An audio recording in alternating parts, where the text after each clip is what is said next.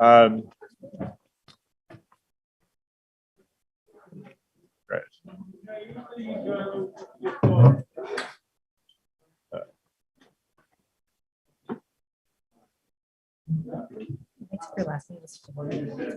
So, calling to order the Montpelier-Roxbury Board of School Commissioners meeting for April 6th. Thank you everyone for coming. It's awesome to see this type of turnout. I've been on the board 6 years. I've seen this type of turnout maybe 3 or 4 times. I want to ask how many people want to speak, and it looks like we might need a speakers list and why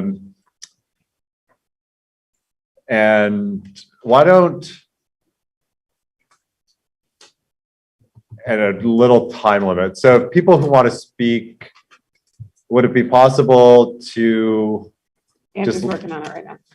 Let's see him. Yes. Take names? Perfect. Thank you, Andrew. So just come up and write your name down. Yeah. Well, we're Jim.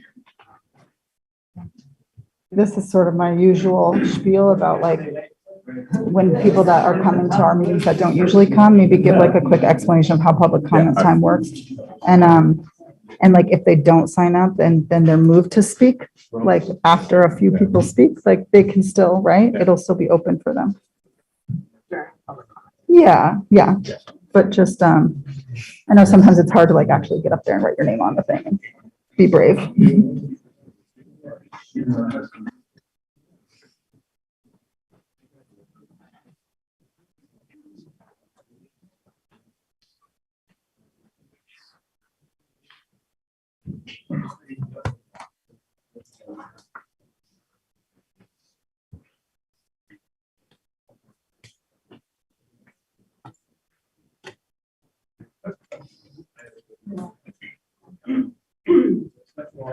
People who are on the phone who want to speak, raise your hand with the raise hand function if you can. Where's Zach? Has that line?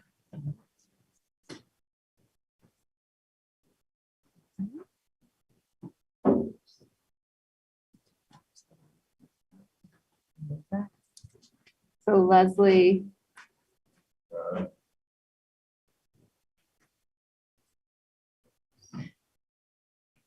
Okay.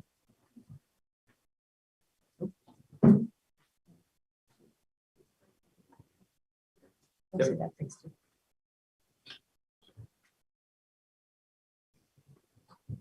So is it just Leslie who wants to speak? Oh, no, Tim Favorite has Will? his hand up.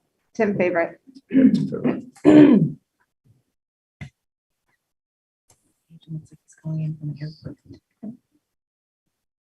if you're on Zoom and you don't know how to raise your hand, Sorry. You can do it physically.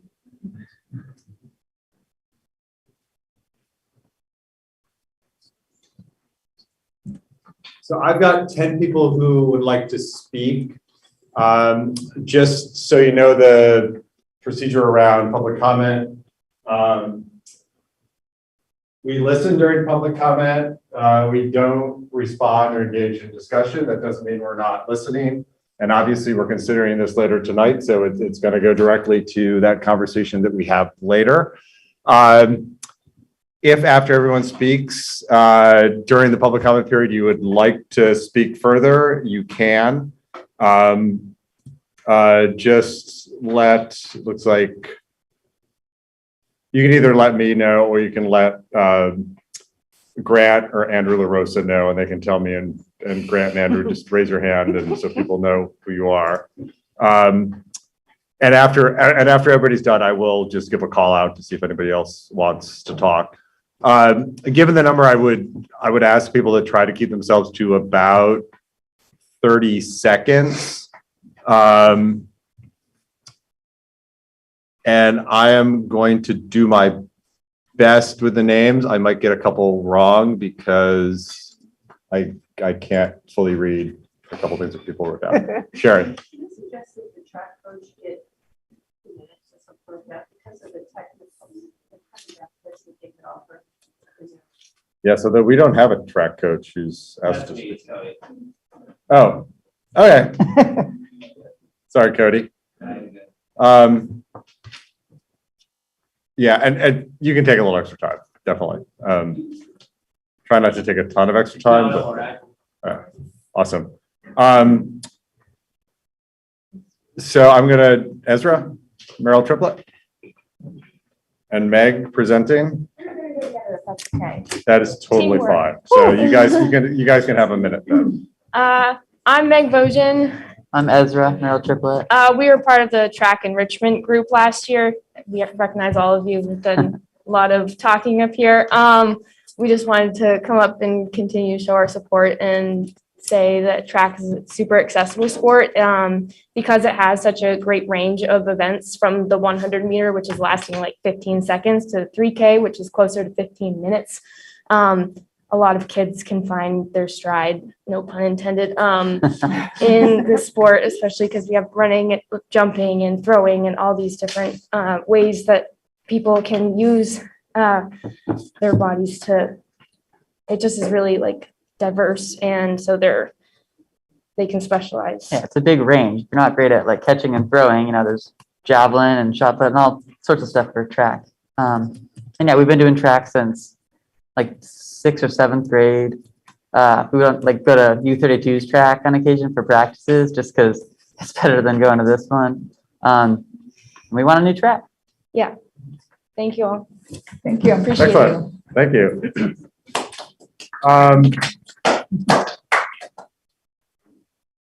And Otis Loga?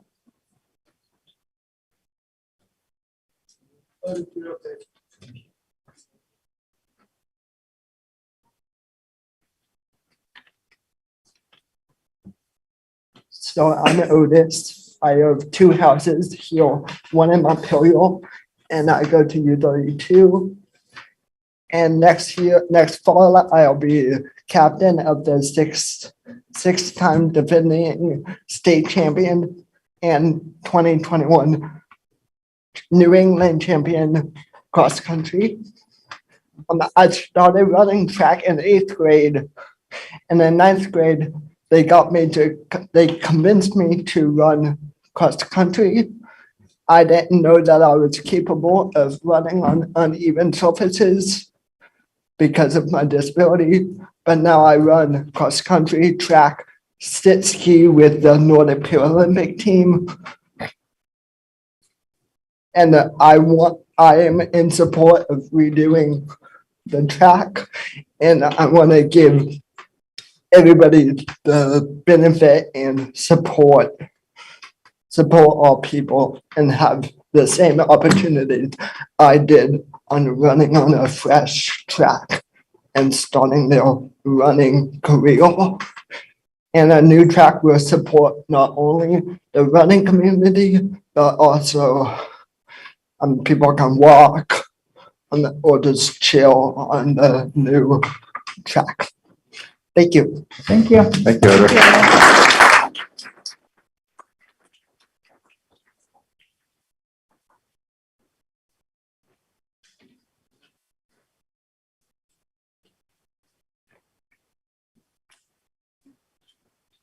Charles? maybe? Oh, is that Charlie Phillips? I don't know, Charlie. I had to pull my 2nd grade teacher eyes out on that one. We'll see you after school. I'm going to speak just briefly tonight about, as a former track coach here at Montpelier High School.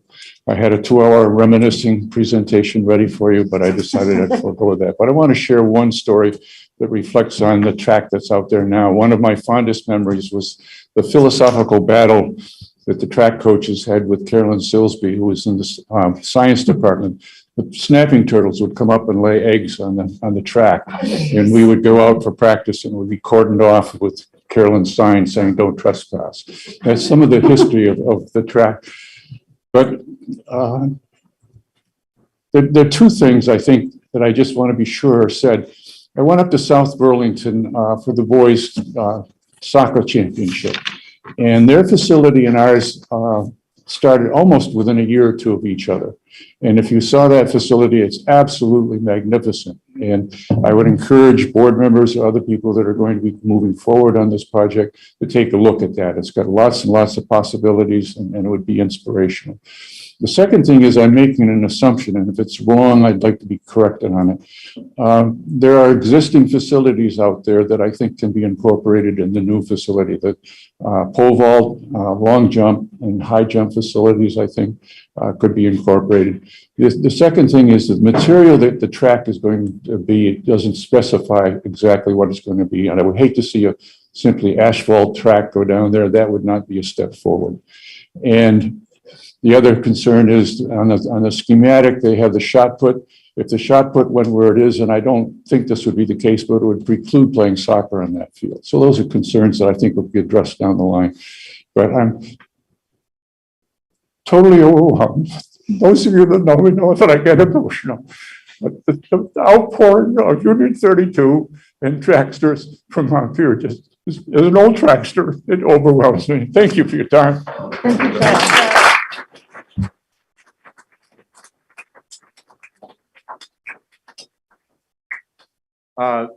Cody, and definitely take some little extra time if you want. So my name's Cody. I'm the track and field coach here at Montpelier High School. And as Ezra and Meg were saying, track and field is one of those sports where we have a wide range of events. You know, we have about 30 to 35 kids on our team as now, and we have another 70 coming from the middle school. So this program is growing so fast. And as we all know, the benefits of having, especially a rubber track, not only for the school, for the community, but one thing I really wanted to touch on was the safety aspect of having a rubber track. It saves a lot of impact on the athlete's knees, hips, ankles. We can drastically cut down on injuries just on having a rubber track. And as Charles was saying, the jumping pit is just straight asphalt, which is not a great, safe environment for my athletes to jump. For example, I just had an athlete today sprain their ankle because of the runway, and the sand specifically is not sand, it's just dirt. And that is not safe to jump in at all. As well as discus, for example, especially when kids are learning their rotating motion. Sometimes accidents happen, sometimes that discus falls out of their hand and they have big nets around that discus area so that none of those discus hit other kids and potentially have concussions and injuries and stuff like that. Also, another huge benefit to a rubberized track is just the overall kind of competition, as well as the improvement that I think a lot of our athletes will see. Again, for example, blocks. They have spikes at the very end of those blocks that dig into the rubber surface. And unfortunately, with a dirt track, those blocks slide back when the athletes are pushing off against them. So it's not safe because they could end up tripping, falling, but they're also not maximizing their full potential with their full speed. And the last thing I want to touch on are the hurdles as well. We do have, some hurdles, but when 10 of them are rusted, can't be lifted, they don't fall down exactly. That also is kind of a danger issue for athletes who want to compete in hurdles. Like I have 3 freshmen who have never done hurdles who look very promising in hurdles. So it'd be nice to kind of have that facility to give them their full potential. Because as a track athlete myself, track was the best thing I've ever done. So that's all I want to say. Okay, thanks, Cody.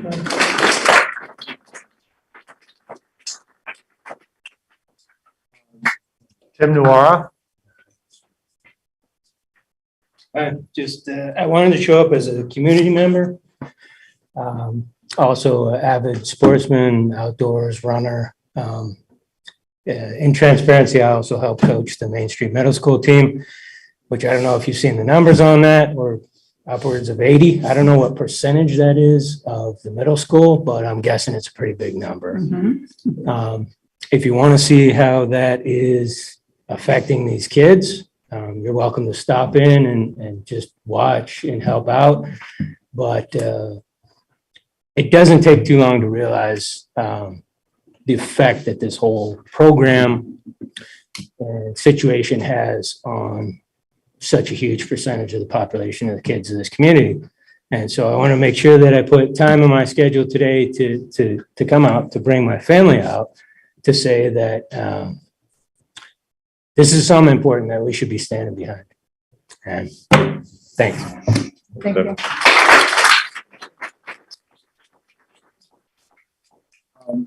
Beth, Merrill?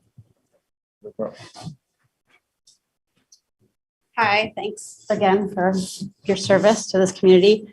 I'm a 8th generation Vermonter, so the blood of Yankee frugality courses through my veins every day. And I believe that this is a huge investment, and I recognize what a big deal this is and what an amazing amount of money and resources it takes.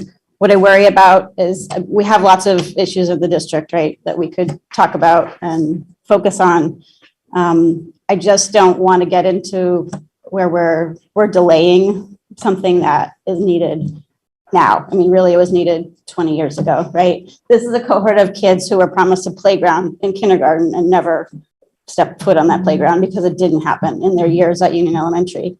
I think what COVID has taught me is like the time is now, and the time to bring us together, exercise our minds, our bodies, and our spirit of community. And I feel like this track has the potential to do that. So thanks for considering.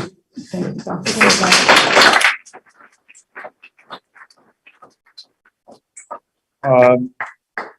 Leslie Wells, even though you're on camera, also just introduce yourself. That's good. Yeah, can you hear me? Oh, wait, hold on, Leslie, we can't hear you. Okay.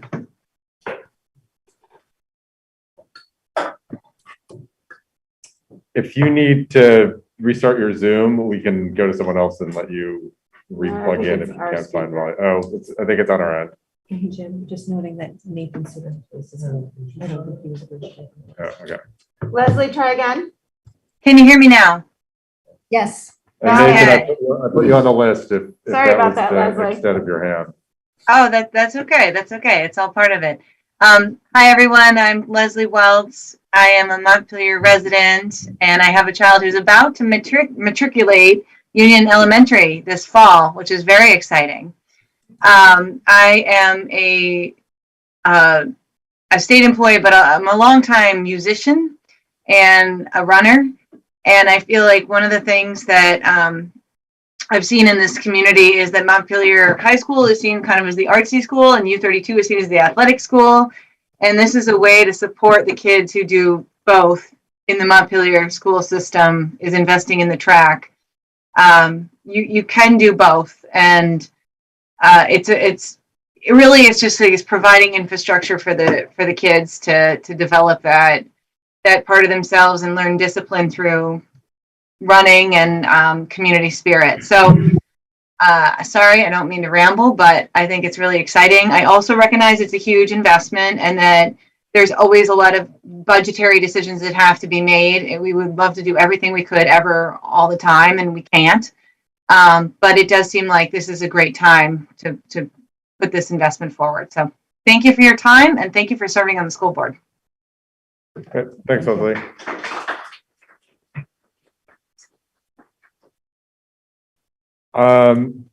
Sherry. Just before I left for here, I did do a written comment, but I'd actually ask if you could remove that and replace it with this verbal, if that's possible. I'd appreciate that. So hello, and thank you too for your service. It's greatly appreciated. My name is Sherry Rockcastle. My son here is a freshman. He shifted from soccer to cross country and track and field when he was in 8th grade last year. And one thing I just want to draw a picture of is, and why I would really appeal to this track being developed, is last year, the team had about 50 people in the middle school, and an event was put on that hadn't been done. You've heard about the track and field meet. It took about 50 parental volunteers, and it was all hands on deck, and it was the most fabulous energy that one could like just pick up on from far away and close up. And it was just wonderful, however, not sustainable with that many volunteer hours, you know, doing chalk and bringing in all the equipment that we needed. And with these numbers, it's just phenomenal. And the accessibility, not only to the variety of events, but to people who don't want to particularly be in a sport where their every move might make the difference for that team versus that freedom of doing their best and knowing that they're personally driven to do that. And not so much with that pressure of that one move that like lost the goal or something like that. I just think that our community benefits from those types of activities, and the running for a kid to like move their body. We all know the mental health aspect of that and how just glorious it is for our kids. So the track last year, I remember the slippage being spoken of with my son on that track. That safety stuff that Cody spoke of, you know, I would concur. I just think that it's time to give this vast number of student body to the benefit of the equipment that would keep them safe. So, thank you. Thank you. Thank you, Sarah. Tim Favorite on Zoom. Hi, I'm here representing the Montpelier Energy Advisory Committee, and I'm just encouraging the school board to explore solutions for getting the high school and the middle school's heating system off of oil. In our net zero energy action plan that the city released late last year, we found that the high school and the middle school burn by far the most oil of all municipal buildings in Montpelier. The high school burns about 30,000 gallons of oil a year, and the middle school burns about 22,000 gallons. If Montpelier's going to reach our net zero goals by 2030, it's absolutely critical that we change this soon. The plan was written in 2021, and that was well before the recent spike in oil prices, but it found that heating with, say, a wood chip boiler, as opposed to what we're doing now, would save the district about $55,000 per year in fuel costs. Perhaps we could direct some of those savings towards nice things like the track. But yeah, anyway, this is a chance to save money by doing our part for the climate. Thank you. Thank you, Tim.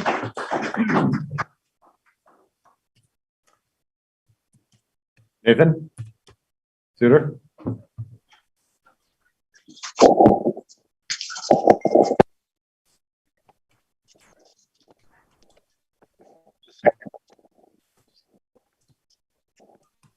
I want to echo previous speakers in thanking the board and the administration for all the work that they do for the district and for our students. And rather than treading over the points that have already been made, I want to tell a story about my own personal journey as I think about the value of track and field and athletics in general to our students. And that is that when I was a first year student in high school, like many people at that stage of life and in middle school and later in high school, I was in search of an identity and trying to find who I was, who I wanted to be. I was trying to find a group of people who would recognize me and see me for who I was. And in my case, at that point in time, that included choosing not to drink alcohol and choosing not to experiment with drugs and things like that. And that was in my high school, the sort of high status kids were into those things. And so if you're 15 and male and searching for your own version of status and affirmation of your own identity, you are definitely looking for a group that's going to reinforce that.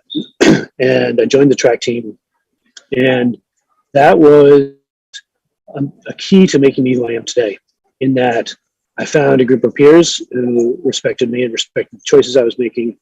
I found a group of people I could invest in, and I discovered and developed my own internal discipline, an ethos, and a lifelong orientation to how I go about working hard and interacting with other people. And I think that obviously that's not unique to track and field, but I think that the reason that we do athletics, the reason we do any sport, is, for me at least, not primarily for competition. It's not primarily to win championships. It is to develop our identities and to become full people as humans. And I can't think of a time in life when that's more essential than middle school and high school. Obviously, a facility does not make that happen. However, a facility can certainly catalyze it happening for more people and make this into a major component of what our identity is as a district. And, you know, we're talking tonight about the 35 kids who are athletes on the high school team and the 79 kids who are registered for the middle school. That's only this year. You know, there are 26 fifth graders in the middle school team.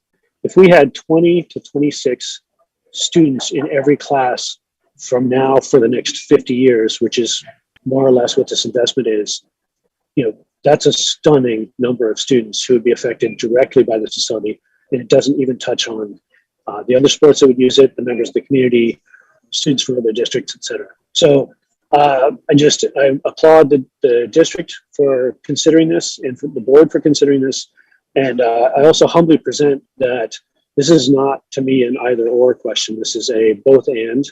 Obviously, there are really important priorities, including net zero, that we should be pursuing doggedly. I suggest that those are of a different scale and should be possible alongside investing in a facility like this, whose maintenance and upkeep have been probably deferred for 20 or 30 years. And so we might think of this commitment of $1.5 million as, you know, just like we would think about refilling the pension funds of the state. It's sort of long overdue, in my opinion. Thanks again for your service. Thanks for listening. Take care.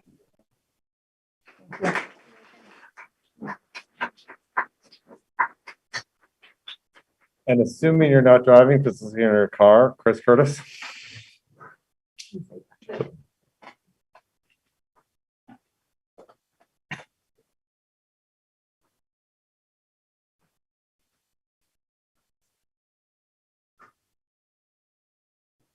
Maybe not, Chris, because we have your hand up. Zoom is very hard to navigate on your phone. Yes. Well, we can come back to you, Chris, if that hand means you want to speak. Is there anyone in the audience who would like to speak who did not? So we have one hand up, Avery.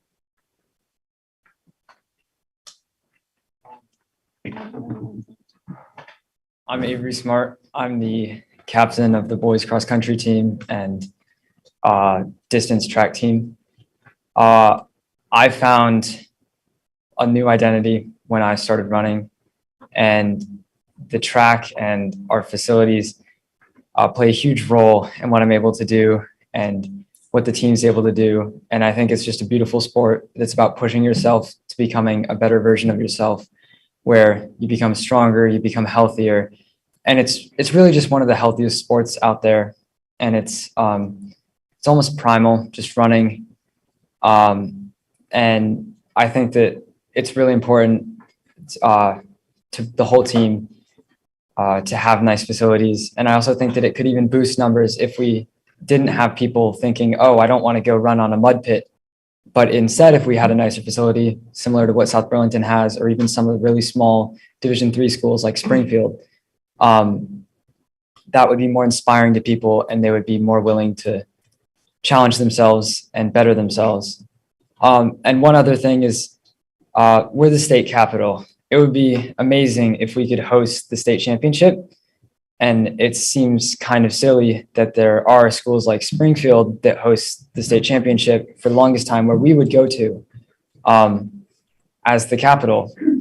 And so it would be very nice if we could. I think that's an 8-lane track, and I know that it's a lot of money and that there's many considerations, but it'd be very nice if we could host the state meet, and that would also bring just more people to downtown and that kind of thing. And it would benefit the community too. Thank you. Great. Thank you.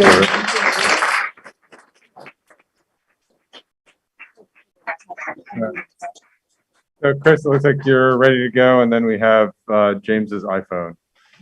Thanks. Can you hear me? Yeah. Yes. Oh, thank goodness. I got my microphone sorted out.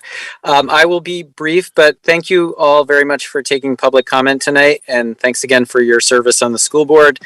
I sent an email to the board, but I really just wanted to briefly underscore the importance of creating a magnet, both for families and employers, and the economic impact of in making this investment, not just in the track, but in what many people in the community feel is very needed, which is a wholesale redevelopment of the field to a turf field that would serve as a magnet and a draw for families and athletes across the state, and would of course benefit our local student athletes as well.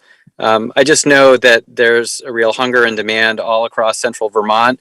Many families end up driving to Chittenden County to get access to those kinds of resources, and to the extent that Montpelier could consider adding that to this major proposed investment, many of those same families would appreciate it, and not just Montpelier families, but club families and other players from not just one sport, but lacrosse, soccer, baseball, softball, year round. People will come and they will shovel the field to be able to play in the snow and play all year round. And currently that option is just not available to students in central Vermont. So just would ask respectfully to consider, if we're going to dig up the field for a major project like the track, to be thinking expansively and efficiently to spend the capital and the investment that will result in, I think, a huge net benefit to the community for all the reasons that many of the other speakers have already said.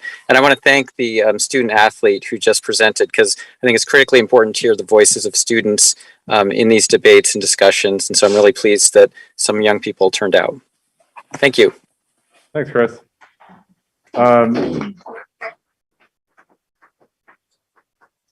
James? I'm assuming it's James. Yeah, this is James Eikenberry here. I emailed the board and just wanted to share my quick thoughts as well. Sounds like lots of great information has been shared, so I'll try to avoid any duplication. Like Nathan, I too had a great positive experience in middle school and high school in track, and found it to be just very empowering and gave me a healthy group of people to hang out with, so that it reinforced good life choices. And there's a lot to be said for that, and giving our students good opportunities and makes it easier to stay on a good path. So that's one of the many benefits of track. It's also an incredibly inclusive sport.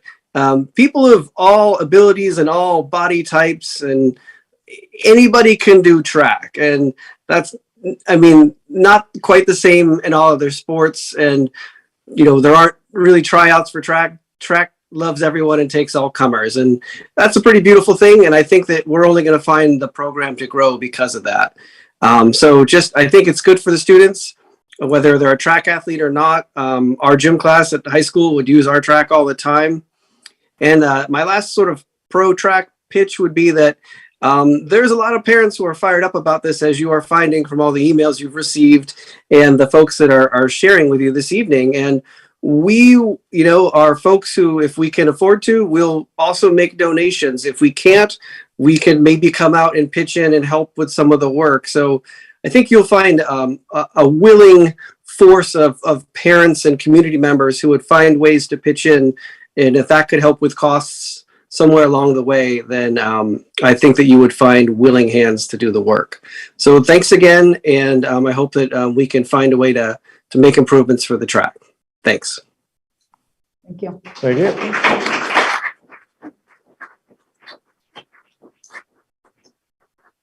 I think that concludes it. Final call. Yes. Hi,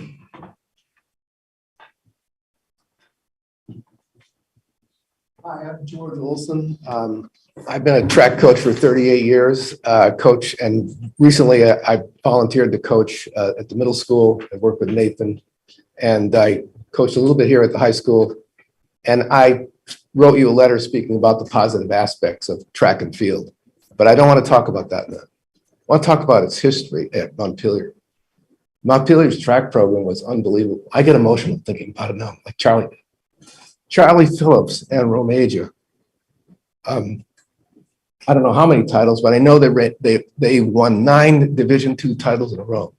You have, I think there's still one person who is a state title holder overall, maybe, no, not overall state title holder in distance, but you had several state title holders out of this. There was tremendous athletes out of this school. And they had a wonderful opportunity. And there were also a lot of athletes who weren't so great, but really contributed a lot to this school and to all those titles. And I really I think that it would be wonderful to resurrect and bring back the greatness of this Montpelier track program.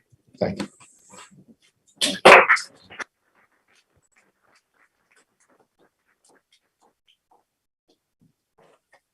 So anyone else? And otherwise we will, well, thank you so much. This was a wonderful outpouring. And it was fantastic to hear all the great stories and perspectives. On to less exciting things like the consent agenda. Do I have, and just for folks to know, we have 2 short items. Then we're having a facilities overview by Andrew LaRosa. We put the vote for after that, just in case there are any questions the board had in relation to the facilities overview that might be pertinent to that vote. So I cannot accurately guess when the vote will take place. It's scheduled for before 8:15.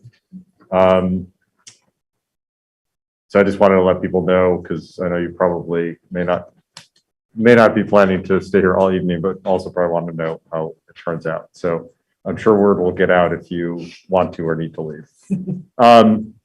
Jim, do you mind if I just say a quick word of thanks before, because I see people are having to leave. I know but I just want to thank everybody. I mean, I know some of you might need to leave before we actually vote for this, but we don't hear a lot from community on a lot of things. And for me and my decision-making process as a board member, it really helps to hear from all of you and to see the level of support coming from the community. And it just makes our process so much richer and our decision-making, easier. So this is democracy in action. And especially the students, I just really want to thank you for dedicating your time to coming and speaking to us tonight. And I don't know if Orca might be able to do a quick pan, but this is what civic engagement looks like. Yeah, I know. Didn't expect to be on TV tonight. Too bad. Thanks, sorry. Oh, no, that was thank you.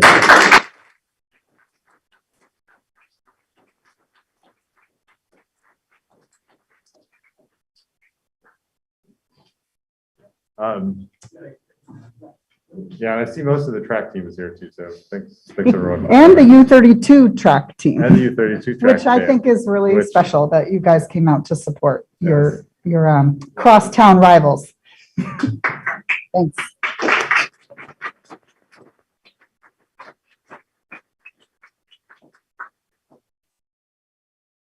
Great, thank you. Do I have a motion to approve the consent agenda? And I think you Yeah. want to add something to.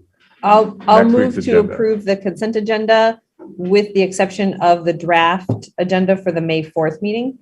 Okay, do I have a second for that? I'll second. All those in favor? Any opposed? And Mia, you. Yeah, I just wanted to offer or make a request to add a couple of things to the draft agenda for May 4th. One being that Jim and I will have a report back to the board on the conflict resolution work that we started with Carol, just kind of where we're at in that process and what our recommendation is for next steps, including maybe using some time of the board retreat for that. So just wanted to put that on there specifically as an item for board discussion. And then I wanted to request that during the finance committee report time, we ask whether or not we can make a contribution to the Vermont Coalition for Student Equity, and if so, how much? So I just wanted to add those to the agenda, if that's all right. Do you want to make a motion to approve that agenda with those 2 items added? Great. So I move to that? approve the May 4th agenda with those additions. I Or do second. we- That's my do we motion. Need to do that. I think we just add those to the agenda. I don't think we need a motion. Oh, because because it wasn't really in the Yeah. consent agenda? Yeah. Okay. It's more We an don't need a FYI. motion. Okay. Yeah. Never mind. Standing by. Merrick, and I think Zach is online.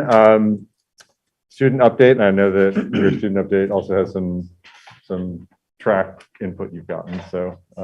So out of respect for our track discussion, which is going to occur after this, me and Zach decided to keep our board presentation this week short. And I'd also just like to make the board aware that me and Zach are going to be alternating through each update item that we have. Yep. With that said, our first item for our first update for this week is about the Mhs Vaccination Grant. And me and Zach are continuing to figure out how to best allocate these funds with student voice in mind. And on that note, we are going to be sending out a survey to students over the next week or so for students to finally vote on the ideas that they would like to see on how to allocate these funds.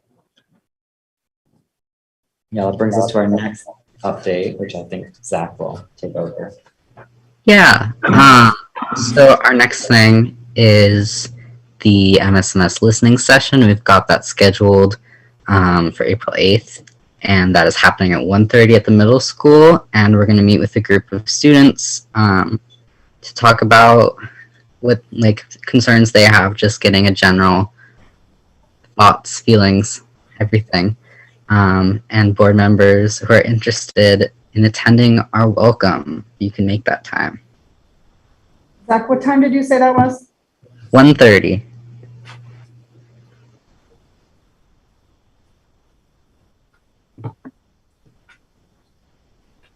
All right, our next update is about the curriculum, which we touched upon last week.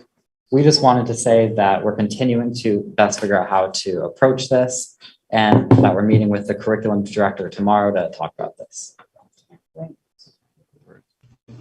Yep. And then our track feedback section, I'm gonna also try to keep it short. I appreciate everyone who has emailed and come in person and just shared how they're feeling. I think that's really great. And I would encourage the board to vote in favor of committing the money towards the track renovation. We've talked a lot about sports because that's a huge part, but there's also just the community impact it could have. Walking is really easy for some people in terms of it not being super taxing, but still being really healthy and supportive. And I know there's a lot of people. I think everyone would benefit from it. And I would also encourage what was said earlier about trying to do both focusing on the track as well as keeping net zero in mind as something that's incredibly important to everyone in the community. Yeah. I also have a quick track update or some track feedback. So as you can see from both everyone who showed up and everyone who has sent us emails and given us feedback, we've received significant amounts of support and some objections, but mostly support for this track renovation. And from what we've also heard from our outreach to students, I think it's safe to say that this renovation is seen as widely supported within our school community, which I think is important for the board to consider as they make their decisions. And I just also wanted to say that I personally can support this renovation, both being a track runner and also with that student voice in mind. So thank you. And just, I think our last point is about looking ahead. We just wanted to say that we're going to continue with the agenda items that we talked about last week and also this week. And as we talked about, the MSMS listening sessions happening tomorrow. We're meeting with the curriculum director. We're continuing to figure out how best to distribute the Mhs Vaccination Grant. as well as a few other things that we talked about last week. So we're just going to continue working on all of these with student outreach in mind, student voice in mind, and just doing our best. So thank you. Thank you so much. Thank you. Thanks, guys. Questions for American Zach? No, just maybe one point of clarification for folks who aren't familiar. American Zach are not voting members of the board, which is why they might be saying to us, we encourage you to vote, but using that you pronoun instead of the royal we. Andrew, I think you're up for facilities.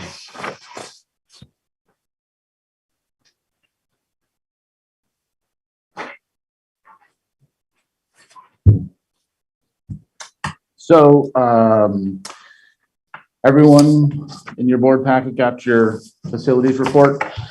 What I'd like to do is I'll run through some highlights, a lot of the things that, especially with the ESSER funding and some other things that have become clear in the last month or so. I just want to hit some of the highlights.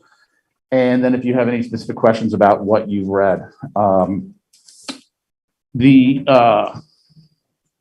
First thing I want to do is, this is not intended to be every single project, everything that we do, but just to give people a general understanding of where we are and some of the projects we focused on and possibly looking towards in the future. The building committee is starting to do building tours and we're setting those up. So it's going to be a great opportunity. So when we're talking about specific projects, people have seen them with their own eyes and can kind of help answer questions if they have any. So I'm going to start sort of most life safety issues, some of the things that we've hit recently, in about 2 weeks, all of our camera systems and all of our buildings. You're fine. In about 2 weeks, we're going to be installing new camera systems at the elementary school and the high school, which means that all of our schools will have new camera systems as of last year. So that's all, and we've got plenty of capacity to expand, but that's a big safety piece that we've been working on, and sort of the chips have fallen such that we've been able to do that. Outside work that we've been doing down at Roxbury, we've taken out the head-hitting merry-go-round and looking to put in a Gaga pit down there. We also went through all the equipment down there and replaced some of the pieces that were out of date or worn. So that playground is heading in the right direction, which is good. The middle school, I'll hold on for a second. Here at the high school for fields and outdoor stuff, we have been able to, when we took over the fields maintenance from the city, we invested heavily in equipment with tractors and drags and mowers and things of that nature. So we're in great position on that to be able to take care of our own facilities. It's a little bit, we go out there in that nice weather and we go, oh, they should be nice and green. It's still mid-April, so we'll get there. We're usually not on the fields until after the April break. So, but we're in good shape with equipment to take care of that. We have ordered covered benches for the soccer and baseball field. They're coming from England. Matt may know where they are within the shipping process, but they have been ordered and they're on their way. Over the last year, some of the other improvements that we've done, we rebuilt the baseball pitching mound. We're going to be redoing the infield there. We're working with some of the folks on the track team with regards to a discus throwing pad that should be ready to be used when the students get back in April, over the April break. And we're ongoing, again, just sort of ongoing maintenance and bringing the fields up. The mud lot, that as a practice field actually turned out better than I think anybody expected it to be. It's not a game field, but it's certainly viable for practice, and we're going to keep fertilizing it and getting it greener and greener and greener. So that's good. Some of the energy related projects that we've been working on down at Roxbury, we have bids in and for both putting in some heat pumps down there. We weren't able to do the whole school, but we're able to take care of the back portion that has the most need for control and dehumidification. So we'll be able to take care of about 4 or 5 classrooms down there well, let's put it three classrooms and a couple Not many offices. more classes. Yeah, I was gonna say, there's more classrooms, about 3 classrooms in the admin office, and we can add to that in the future. We're also putting in a DDC control system down there. Right now, you set the temperature to 71 degrees, and it's 71 degrees from October 1st until April, whatever.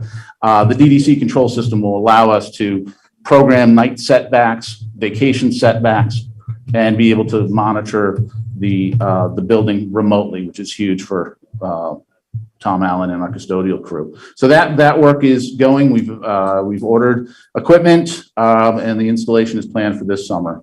I should put the caveat on anything I say we're doing, because lead times and all that are crazy. But I think we've got an early enough start that we'll have that in place before school starts. Here at the high school, the circulator pump replacement project is complete, and that's a huge, it's not all that sexy, but it's a huge amount of energy savings that it's going to generate. It's one of those projects, you got a good project when Efficiency Vermont says, we're not going to give you any money for it because you're going to reap the benefits. You don't need our support. The DDC control system here at the high school is also going to begin immediately after school starts. They'll probably do a little bit of scouting out over the April break, but that work will begin over the summer, so that'll be ready for the fall. Again, huge. Being able to control the building is going to be huge. So with regards to ongoing projects, we have gone through and selected 3 classrooms down at Union Elementary, a couple at Main Street Middle, the planning room, and some behavioral spaces down at Roxbury that we're going to do the general summer refresh on. We are not taking on any major projects this summer, just knowing that we've got a big load of work coming next year, and we might as well bundle it. Plus, with new custodians in those buildings and new principals, we didn't want to open any cans of worms that we couldn't close. So I was really wanted to do the auditorium at the elementary school this summer, because it's just going to be fabulous when it's done. But I don't think Katie would have appreciated a half-built auditorium when she got there on September 1, July 5th. So those are some of that's the typical projects we've got going. I want to address some of the larger projects that we should anticipate, and certainly we're getting questions about. And with regards to the ESSER projects, and Grant, if I forget one, let me know. So at Union Elementary, now we've received conceptual approval on these projects, which we're taking as a let's get going. And when I say let's get going, we're probably really not going to get into the design of this until September. Nobody's got the capacity now. People need their summers. So we're going to hit it hard in September, go through the design process. And I used to say go out to bid. We're probably going to have to do some sort of construction management process. Just nobody's going to give a bid for materials 3-4 months out. It's just not going to happen that way. Things aren't going to calm down, I don't think, by then. But we'll get to that. So at Union Elementary, the special ed suite, revisioning of that and how that operates and how that can serve the students better. There is the multi-purpose RISE behavioral space that's above for some of you, and lots of you students there know is the Four Winds room, redoing that space. The little gym, renovating that, making that much closer to an actual little gym. At Main Street Middle, cafeteria, kitchen space, renovating that. Also, we've started the planning because we actually are going to build the Thrive space over there this summer. That has to get done for the start of school. So we've already started on that and working with contractors, and we'll have that in place for the start of school. And another big piece over there is the playground, which I think we actually probably want to call something other than a playground because it serves the youngest 5th grader to the oldest 8th grader. So we need to create an appropriate space over there. High school here, we've got some ESSER 3 money for student support spaces over here, but it's a smaller piece and it's more furnishings as it is much a renovation. So those are the ESSER projects, the ESSER 3 projects. Sort of big capital fund projects that have been on the books are the renovation of the auditorium at Union Elementary, And I had met with contractors and designers on that process, on that project, and looks good. I think what we wanted to do was feasible, so that's good.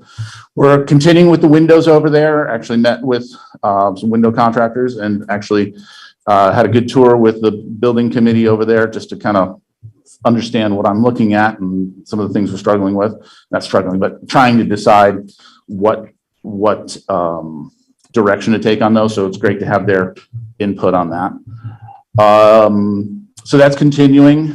The other big capital piece that's over there, or that's on the books, is the sustainability classroom over at Main Street Middle School.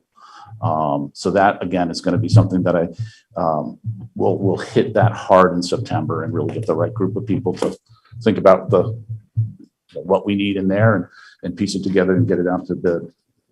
So that's kind of an overview above and beyond what's in there. And again, I wish I had this in, but this stuff has been so flowing. The other thing I can't stress enough is how grateful I am to our custodial staff. They've done an amazing job this year. I don't think anybody other than maybe Grant who signs the paychecks realize how hard all of them have been working and how many hours they have been putting in. And to be in a time as challenging as it's been and have the buildings not suffer for that and in some cases improve from it is a testament to them and their hard work.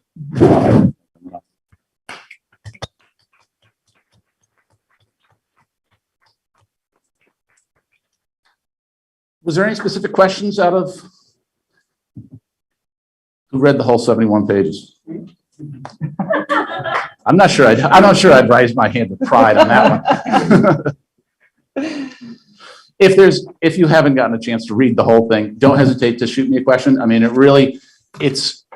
I took the draft out, but I need to get it out there so you guys can ask me the questions that I can put in here and put the answers. This is a living document, and whoever sits in my office from here forward should be doing this through, because the heavy lifting is the first time. Once you get it done, and then it's just updating, but it's a good resource if we use it. Yes, it is. Yes. Yes, it is. Absolutely. Questions for Andrew? So we've got a couple. Well, I first wanted to say thank you for writing it. I know the heavy lift was mostly last year when you created it in the first place, but I also know it takes a lot to go through a 72-page document and update it. So thank you very much. Anna also gets. And Anna, thank you, Anna. Thank you for, establishing this overview for us to give us this comprehensive look of at our facilities and for the large amounts of work that it takes to keep our buildings running. And I also wanted to take the opportunity to echo the kudos and the reflections on the custodial staff. I think it's also very cool that you include that in our facilities report. And I would love to see this on the website, that it's something that lives on the facilities page of the website, because I think our community would also benefit from having this overview, and it would be hard to remember now what board meeting was that where Andrew presented it. I have to go, so I think that would be a good way of having community be part of taking care of our buildings. The pages 9 to 10, you have the future projects. You kind of touched on that a little bit in your overview. This might get too granular for this discussion tonight, but it would be helpful to know how much of this is already included in budgeting, ESSER funds, what you would be saying to the board. Hey, I know you don't have a capital plan for FY24, but So I look at this at the middle school, and I look at most of it is going to be addressed in the next year or two. Okay.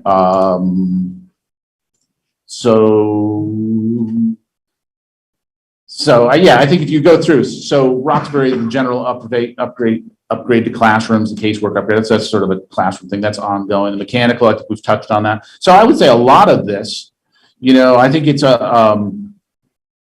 I think most all of it is in some way addressed. Okay. If not fully, at least to some level. Okay. So by future projects, you're saying future to get done, but we've already kind of laid it out. Yeah. Okay. These are things I've heard. These are projects I've heard, and I think I put it up there as, some of the ideas, some of the things that we've heard that hopefully we're as we go, because it's a process of every year we sit, there's like, health, safety, and welfare, there's like no question on that. That we try to address as quickly and as completely as we possibly can. When it comes to program space and classrooms and all that, we talked about it in September when we're putting together the budget with Grant, and by this time, people are moving, class sizes are changing and all that. So we sort of adjust as we go. But again, everything that's sort of listed on there is either stuff that we've heard or is actually going to be taking place. And obviously the bigger projects take more conversation than just my office, or, there's lots of voices on that one. Of course. Right. There were a number of things in the report where you noted should be adequately funded. So this is maybe just like a follow-up to this question. How do we know if they are being adequately funded? Because I'll reach out to Grant and we'll talk about them. Right. If there's a real concern, and it is a balancing act. As others have said, we'd love to do everything right now, and we can't really do that. So we have to pick and choose, and a lot of those maintenance, it's just that those should remain adequately funded, or just a reminder to us that we gotta keep on top of these things. Okay, that's helpful for how we should be reading it from the board perspective. Read it as, don't forget about that one. That one it takes a lot. Nothing's cheap. Certainly not. And then my last one was just on the green buildings in general. Sure. It's a little bit less of a question for you and more for the board that, this is another aspect that we have heard a lot from the community on. And I think that we as a board need to decide how much of a priority we're going to make getting to net zero is.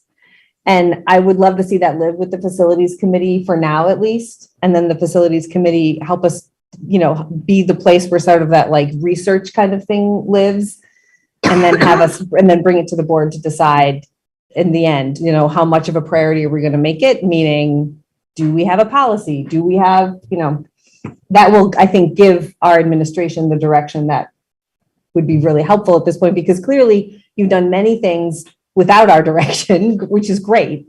We're more of the like no-brainers, but what I'm hearing is that we're getting to a point now where the solutions are a lot more complicated. And so we could provide a little bit more of a framework.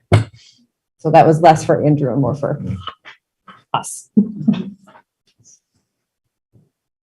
That's it. That's everything. Thank you. I have a little tickle in my throat, and I've been testing every day for COVID, just so you know. I also just want to thank you for creating the facilities report. I don't know what we had before. It does live on our website under the facilities committee. Oh, the committee. I didn't look there. I looked on the facilities page of our website. Yeah. So, Thank you. But it only goes back to last year, and I'm guessing that's because Andrew is the designer of this document. I don't know if there was. So I just want to thank you for improving the transparency of your process and the district's process around sort of prioritizing projects and what we've recently put money into and what we're planning to put money into in the future. And you can go and find it on our website on the Facilities and Energy Committee page. But you've improved that. I wasn't here before you, but it seems like 100%. So thank you so much for that. And when I would encourage people to access those documents, because as we were hearing feedback on the track, a lot of the things that we were hearing feedback on were things that actually had recently been either paid for or earmarked or will be paid for in the very near future.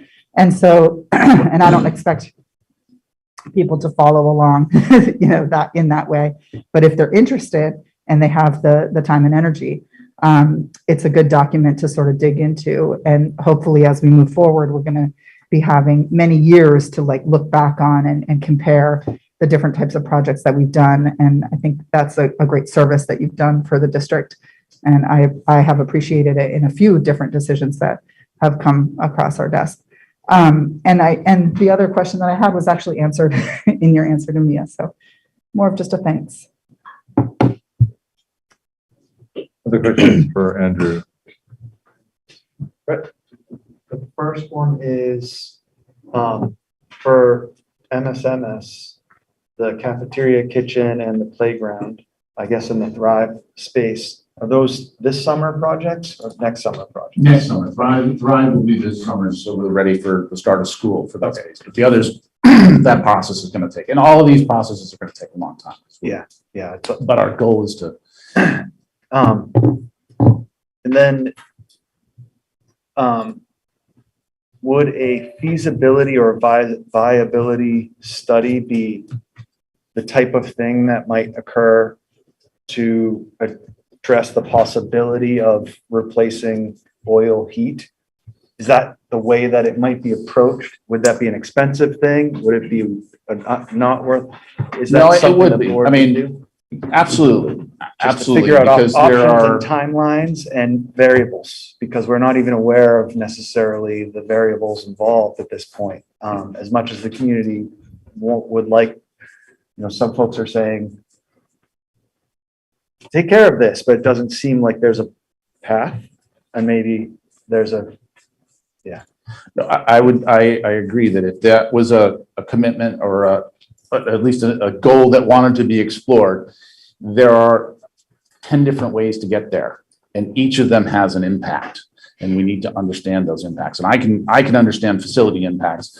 But I couldn't do that kind of a report that sort of looked at all the different options, what the costs are, what the paybacks are. Although with net zero, you're not really looking at paybacks. So, but that is a piece of it.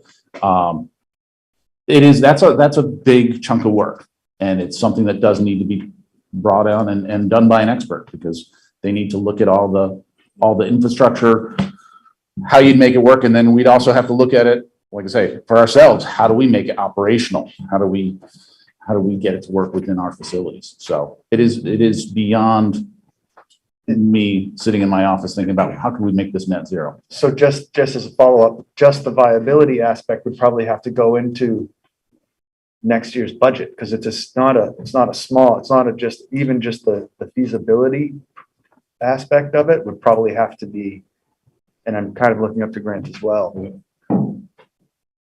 Sort of. I would think so, absolutely, because you're hiring engineers. Well, and I think we also, and I think it's probably a task for the facilities and energy committee. I mean, I think we need some extra help on what it is. I mean, a lot of people talk like, we can replace our oil boiler with a wood burner. Well, there's problems with wood burners, and there's problems with wood burners around carbon. I mean, the reason that wood burners are technically net zero is because the tree grows back, but the tree grows back in 80 years. So you put that carbon in the air now. You look at the models, we don't have 80 years of carbon in the air to deal with. So we could spend, $1 million+ on a new burner and have effectively, no measurable carbon impacts, and perhaps worse carbon impacts. And then there's habitat impacts of the wood burner too. So we need to figure out a lot of questions before we start making decisions around net zero. Because we don't even, I think, we haven't even begun to have some of the basic answers. Unfortunately, I mean, we have some stuff we're doing that's good, but some of the larger problems, and we need a lot of work on. One last piece, and we've got to do a better job of communicating this, that absolutely we are the biggest oil users in the city, but we also have 2/3 of the building stock in town. So as a sort of on a square footage, we do a darn good job. Can we do better? Absolutely. But when we hear that, we burn the most, we do burn the most, but we've got most of the buildings, and relative to, and even look at our hours of operation, and not like, it's questions like that. How do you define? Do you do it by square foot, or do you do it by square foot and hours of operation? Because this building is operational from 6 in the morning until 10 o'clock at night. You compare that to a city building, they're going 9 to 5. So, and I'm in no way in a position to answer that question either, even. So, we can do better, but we're doing pretty good. And like Grant has said, this is all solar in all of our buildings. It's all solar. And our usage has gone down by 30% in the last 10 years of electrical use. So we're even using, not only is it all solar, we're using less solar panels to do it. So. Yeah, I just want to follow up with the, connecting back to Mia and Rhett and also Jim were saying that I really feel that this is the meat, it is the work of the Facilities and Energy Committee. And we are a fairly young committee. We were initiated, I think, in March of 2021. And we had a couple great high energy kickoff meetings, and honestly, a lot of energy of folks just got swallowed up with pandemic dynamics. And I'm happy to say that we are back at work, and we are in the midst, like Andrew said, we are now touring the buildings. The hope and intention is to have all buildings toured by the end of June.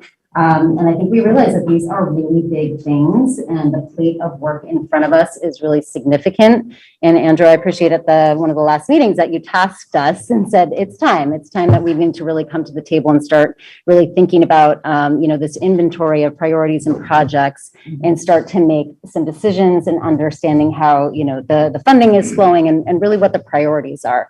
So there's a lot of big work ahead of us, and I hope I'm speaking for the committee at large that we're eager to get this work underway and get down to brass tacks. And I think that this facilities report is such an incredible starting point for us. I mean, it's really like a map to get oriented within the district, and it is incredible. It's an incredible resource, and so very, very grateful for it. And I think it just gives us, the starting point context. And I wondered too, if in the report, there was a way to, you just verbally kind of went down the list of all of the efforts that have been done within like the kind of energy infrastructure and efforts. And if we could like tease those out and put that in one section so that we had a place to see it. And that's maybe certainly something that the energy committee, the facilities and energy committee could help with. But it would be great to see all those things in one place. And then just, I know you were saying there's projects that you've heard about. I just wanted to add to the list, when we were doing a lot of community feedback for the ESSER process in the fall with Roxbury community members, we did hear a lot of clanging around a desire to see an outdoor covered space in the schoolyard that could support and facilitate outdoor education, community gathering space, student graduations. I know it had initially been earmarked as a project when we were thinking maybe some infrastructure funds would funnel in, but I don't think that's happened in terms of the federal infrastructure bill. We saw that on the list of projects in August. It's not there now, and I just wondered, and I know that project is possibly connected to the drainage in the schoolyard, and there's some challenges with that. So I wondered, has the drainage issue, is that, I don't see it on the list, is it something that we need to think about or that you're thinking about, and you see this project being on the horizon? We are at the absolute lowest point in that town.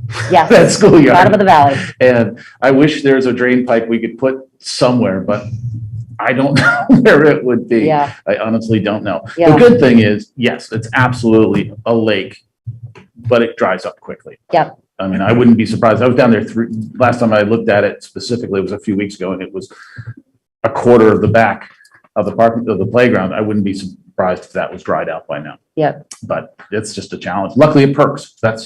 We're so lucky on that one, but. Right.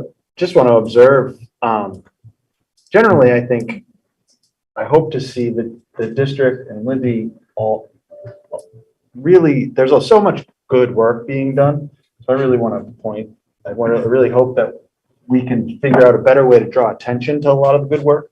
And I want to recognize that based on what I see here, that RVS is a really solid fit. It's like a really it seems to be, there are some small things that the community would like, but it seems like as far as it merging into the district, that it's not a great deal of burden to you.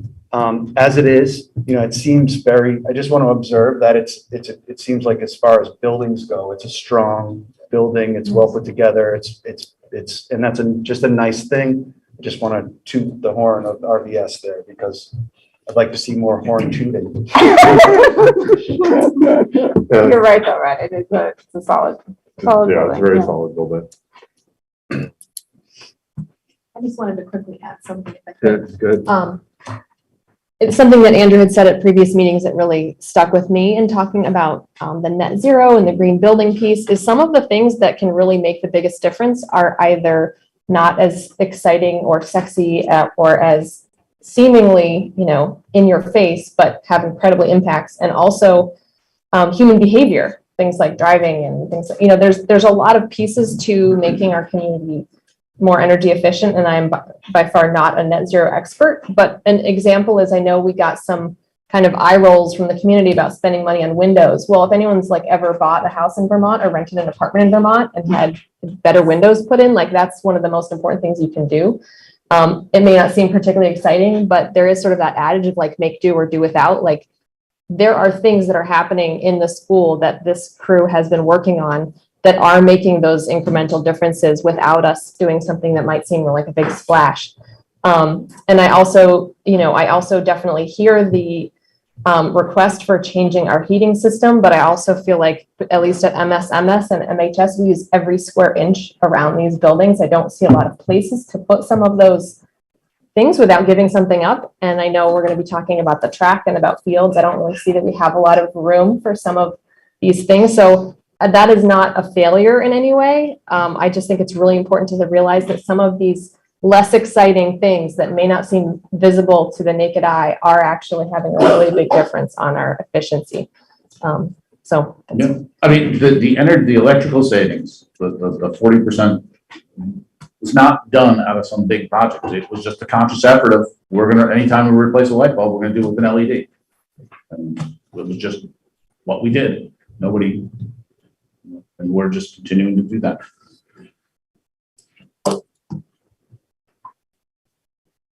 I just wanted to kind of add to the window thing. I've heard stories from people who work in the UES or MSMS, but there are some windows you can put a glass of water next to in winter and it will freeze by the end of the day. And that's, like window fixing is an eye roll until you're someone who has to like sit next to that window for, 8 hours a day. I'm looking at Julie over there.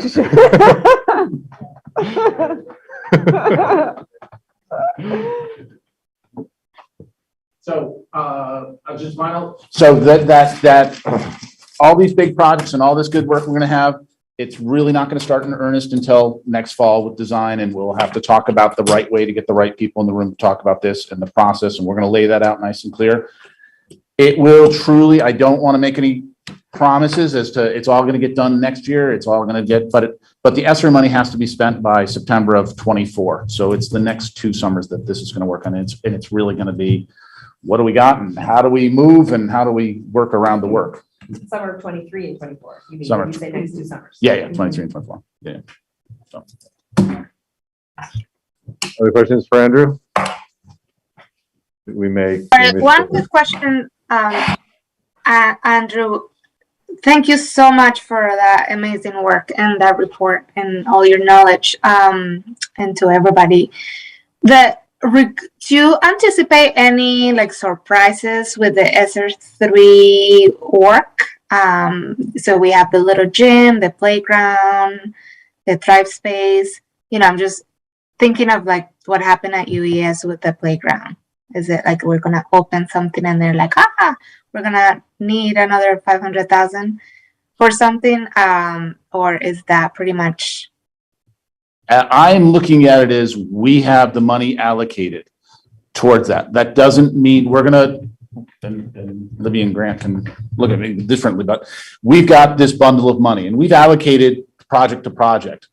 We're gonna bring it all together, and when it comes in higher than the amount that we've got, we will sit and say, okay, well, maybe we can do a little less here and shift it to this because this is a higher priority. There's gonna be a little bit of a shell game, but fundamentally, there will be these improvements and they will be valuable improvements. Again, these are old buildings, so there's always going to be surprises. But any improvement we make to the little gym is going to be a massive improvement. So that's the good thing on these projects is any improvement is going to be a massive improvement. Thank you. Other questions for Andrew? Sorry, I wasn't watching the screen. Thanks. Thank you so much. I might not go too far. Yeah.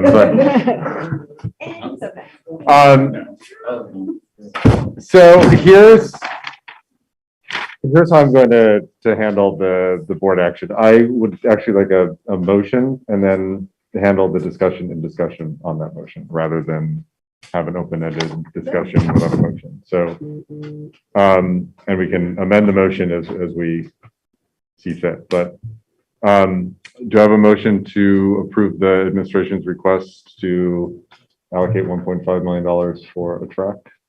I move to allocate $1.5 million for the track. Do I have a second? Second. Discussion. And I don't know how to handle that, Lydia. I don't know if you, I know you got some questions by email. If you just kind of want to go through and maybe see if you can answer a lot of those. Sure. And then we can open it up to further questions. And I would like to invite my partners in crime to the chairs right in front. Yeah. Gentlemen, thank you. Yes, you too, Mr. LaRosa. Thank you. So you can add your brilliance. Matt is also on the, yeah, if we need him. He wasn't feeling too well tonight. So one of the questions that was sent to me is this the best use? What else did you consider? And I just want to remind the board that we've had tons of conversations over the past year of infrastructure projects and needs, ever since we knew a considerable amount of federal money was coming in. And so this, when I'm asked what else did we considered the small gym, we consider the, all the cafeteria and kitchen renovation at MSMS, all of those things were under consideration. It's our job, knowing all the funding sources that are available to us, which funding sources work for what, right? So if the board remembers, we started talking in the very beginning about using all of the ARP ESSER or ESSER 3 for Windows. That was our first go at it. We got a lot of feedback about that from the community. We got feedback from the Agency of Education about, hey, I'm not sure that's going to be an allowable expense for that. And so we had to rethink what we wanted to do. So we moved that back into the capital fund, which was the plan prior to us knowing our professor was here. So when we're asked what else did we consider, the track is part of that long laundry list of projects that we've been talking about for quite a long time as a school board. It's just figuring out which funding source goes best with which project. So eventually we came down to it that the fund balance, the best use of the fund balance would be for the track. So that's kind of how I'm thinking about that piece. Trying to read my chicken scratch here, sorry. Why not commit the whole 2 million? Grant gave me some really easy math to consider for this, so I appreciate that, Grant. I want to say that this estimate for the grant is just that, or for the track, sorry, is an estimate. We don't know exactly how much it's going to cost because we haven't designed it yet. So this is a best guess estimate from Andrew working with the engineers out there with that feasibility study, which is a 3-page document. You know, this 3-page document is not the design of a track. So it's a 3-page feasibility study with the space out there. So this is our best ballpark estimate. We're also working off, and Grant, please correct me if I get this wrong, but we're also working off what we know the fund balance to be, what we're estimating the fund balance to be at the end of the third quarter for this year, not for this full school year, but for where we are at the third quarter mark. Because the third quarter, well, Grant hasn't done that with the finance committee. It's coming up very soon. So he's got a good guess because he's Grant. He's awesome. So we're looking at those potential numbers. So Grant sent me this math that right now, currently, there's 3.8 million in the fund balance that we're planning on using 1.1 million as a revenue source for our budgets through FY26. That's just a planned revenue source. We already have $500,000 for encumbered funds for things like the heat pumps and some other projects that Andrew has in his facilities report. So that leaves an anticipated, as of the third quarter, of 2.2 million. In policy, in the school board's policy, we have a 2% set aside. So that's another $500,000 that is part of the policy that we need to have in our fund balance. And so that leaves 1.6 million available to commit right now, based on the numbers that we have. So Grant, do you want to add anything to that, or did I get that math formula down? You got it perfect. The 2% is just a goal, mind you. It's in policy, but it's in policy as a goal. So that is where that particular number came from both the estimate of the feasibility study and what we think we have available, or what we estimate we have available in the fund balance. And then the last one is, should we include a turf field? with any project that is this grand, and I'll let Andrew talk more about this because he can be a little bit more articulate than I can, but I know from our experience with the auditorium and playground and things, any project at this much money, you have what I call add-on, which may not be the accurate term. My layman's term for it is an add-on, and you have a bulleted list of add-ons. So for instance, the covering the seats, upholstering the seats in the auditorium at MHS was an add-on. That wasn't originally part of the original plan, but when we had extra time and money, we decided which add-ons to include in the project. So right now, the turf is not part of the, it wasn't part of the feasibility study done. It doesn't mean that it's not going to be on there, and it doesn't mean that it's necessarily going to be an add-on. It could be something else, but that's part of the design part of this, I would argue.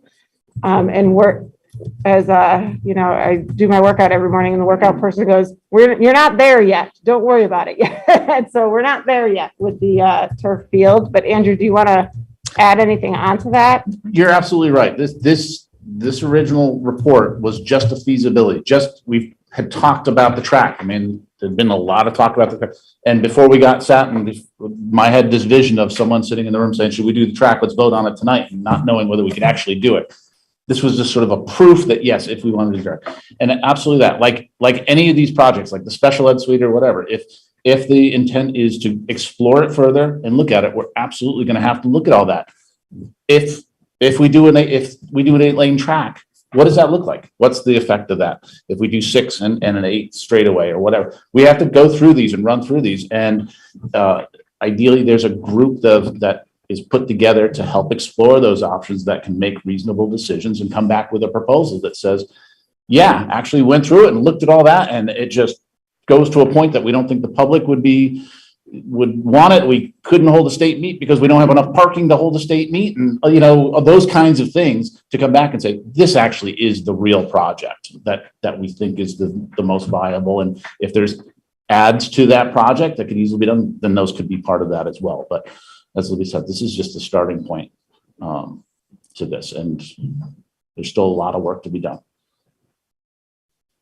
I think those were the questions that you sent me. All right. Anyway.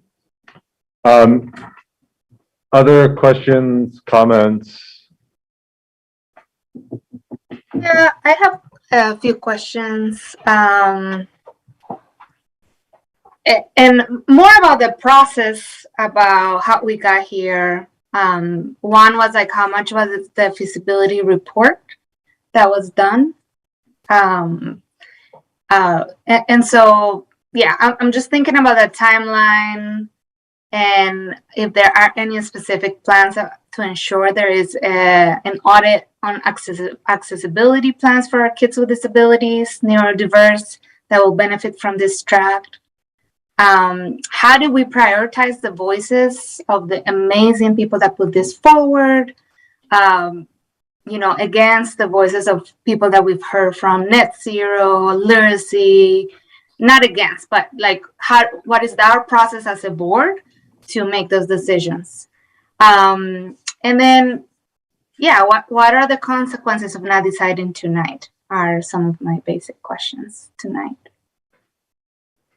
Was your first question, Amanda, how much money was the feasibility study? Yeah. About $10,000. Thank you. And then some other questions, places like the literacy, special education, all of that feedback that the board has received.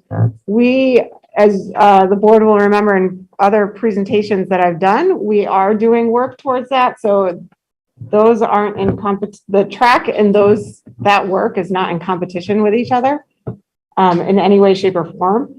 So other areas that I've spoken about in previous board meetings address the work that we're working towards with that piece, those pieces, I should say. And then the accessibility, we wouldn't be able to create any type of structure without it being accessible. We're not allowed to do that. So, and just as a first step in that, we've got a concrete sidewalk that runs to the parking lot to the bleachers. So we're already thinking about that even at the 40,000 foot level.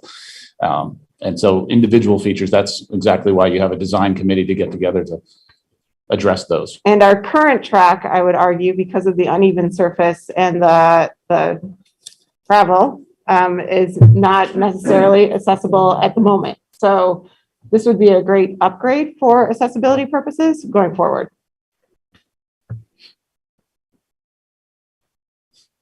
Did I answer all your questions, Amanda? I'm sorry. Yeah, and this was more like for the board, for Jim as the chair, of how like we move these things forward. And then what are the consequences of not deciding at this today? And just like, because I'm just thinking of process of getting here like this. Well, I can't give an all-inclusive answer, but I can give you my perspective. Number one is, until we have some money available, then we can't really have Andrew set somebody free on doing more design work and getting deeper into this. So that's one thing. So we can't do that until we have some money that's committed. The other thing is, I'm looking at this more from just the safeguarding the district's fund balance and our assets. You don't have to do this now. If you do it, it's not a final decision. You can uncommit, like I mentioned last time. But I strongly urge the board to commit a significant amount of money before June 30th, because I'm concerned that it becomes a big target. For So clawback. That's what I'm trying to make sure happens before I leave here, is that the money is committed and is safeguarded. This, to me, is a good thing to put it against. And as you go along, as Andrew said, if something pops up and you decide this isn't what we want to do, well, then you can uncommit whatever's left. It's not like we're going to spend $1.4 million in the next couple of months. So I would like to see it set aside. I think it does give us the ability to start moving forward. It is a commitment right now that you are saying you really feel important. This is important and we should move forward. But if something should change, you can turn that back with the exception of whatever money we have spent against it so far. Yeah, and I want to go to process too. I mean, this has been part of a discussion for, I think, as Libby laid out in various contexts for over a year. I think we've had quite a bit of discussion and quite a bit of opportunities to ask queries, and including the last two meetings. I think we can always improve process, but I think we've had a pretty comprehensive process on this. Kristen? Yeah, I had sent an email about earlier today. Grant, you addressed a number of my questions already, but it was more around process, just in terms of the commitments of funds process. I'm wondering, what is the board's role on this beyond the commitment of funds? Is there a final go ahead the administration would need to receive from the board to officially initiate, like a more significant aspect of the project? Or is, once it's committed, is it sort of off and running? Like, will we need to make a decision on this again, other than just committing the funds? When you commit the funds, it doesn't, we're not going to go off and spend $1.5 million without you knowing anything. What happens is the board is responsible for approving contracts, any contract over $50,000. So you would see if all of a sudden we start going off to the races with, you would see it.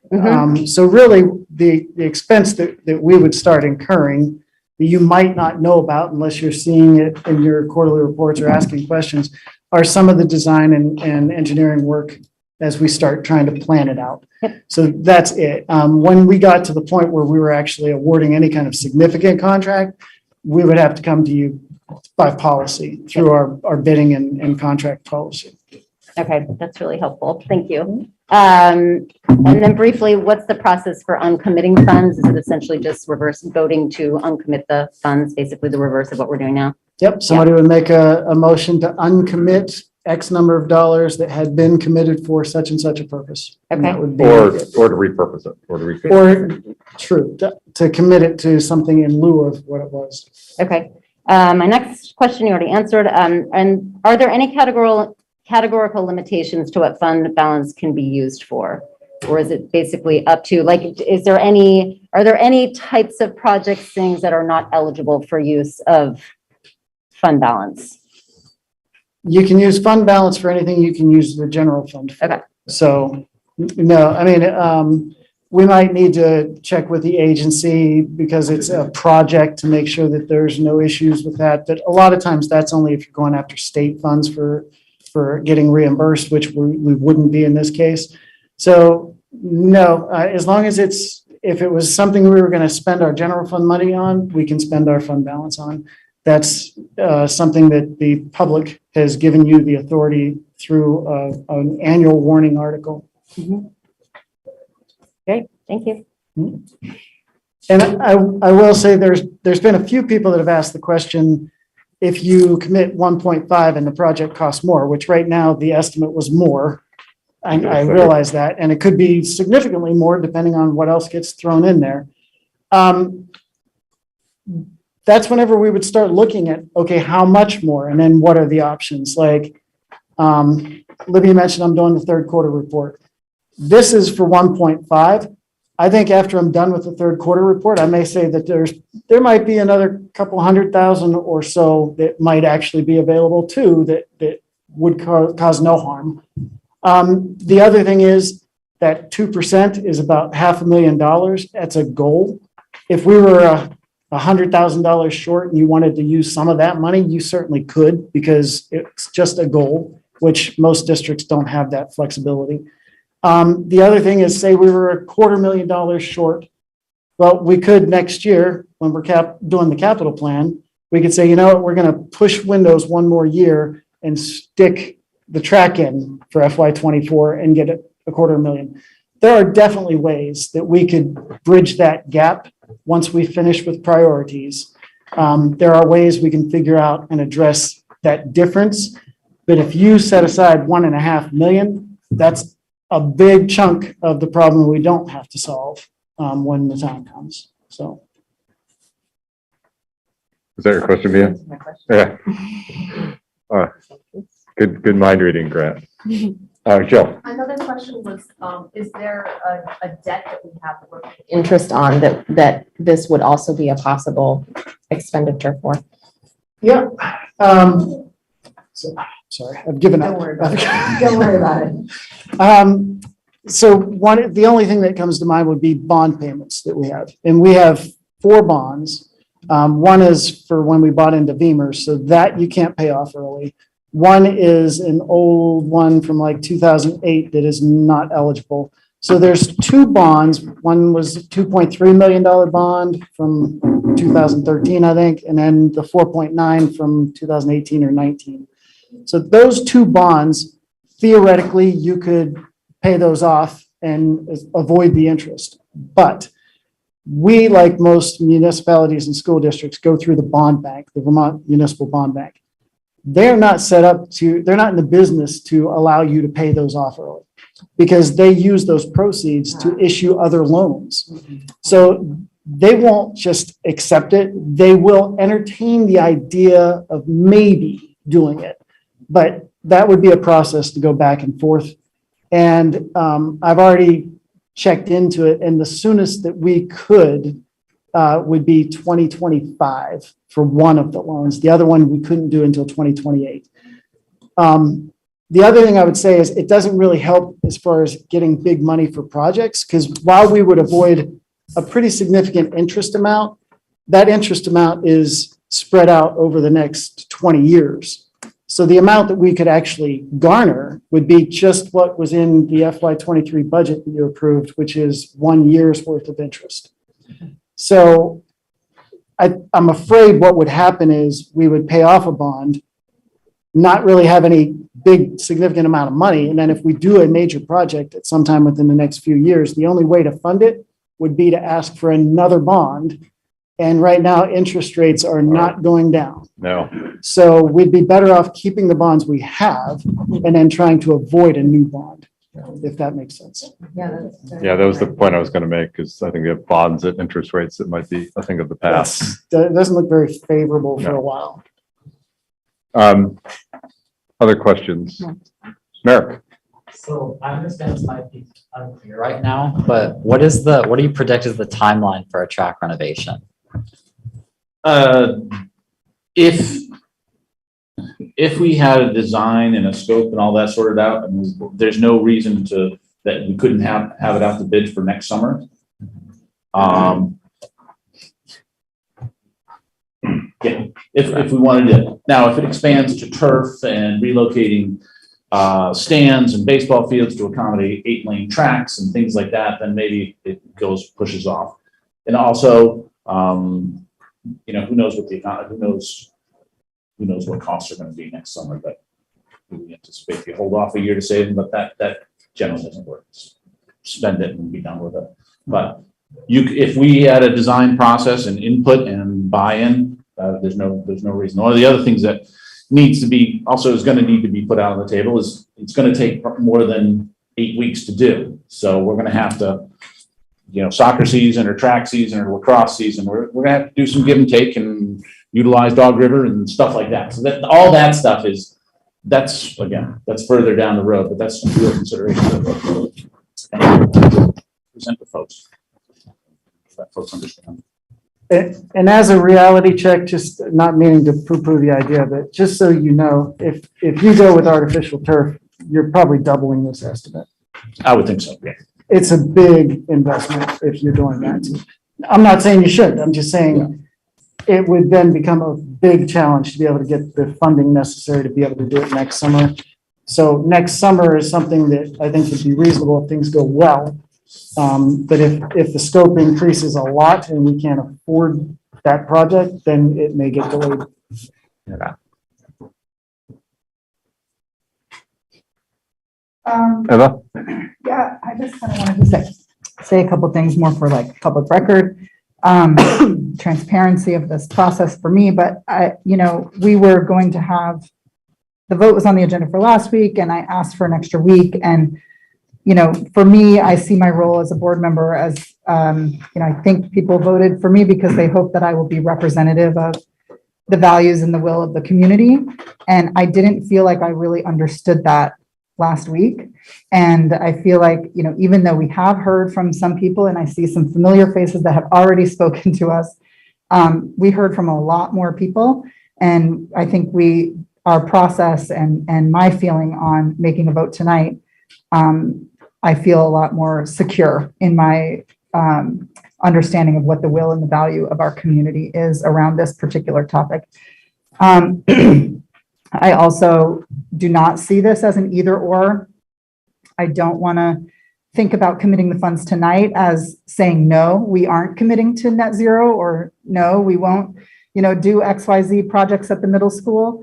I think that this is an opportunity for the community to improve our processes around big spending decisions like this. I think that our admin team does an amazing job and you all are super thoughtful and you have a lot of knowledge in your brains about what the process was from a perspective that I don't share and the community doesn't understand.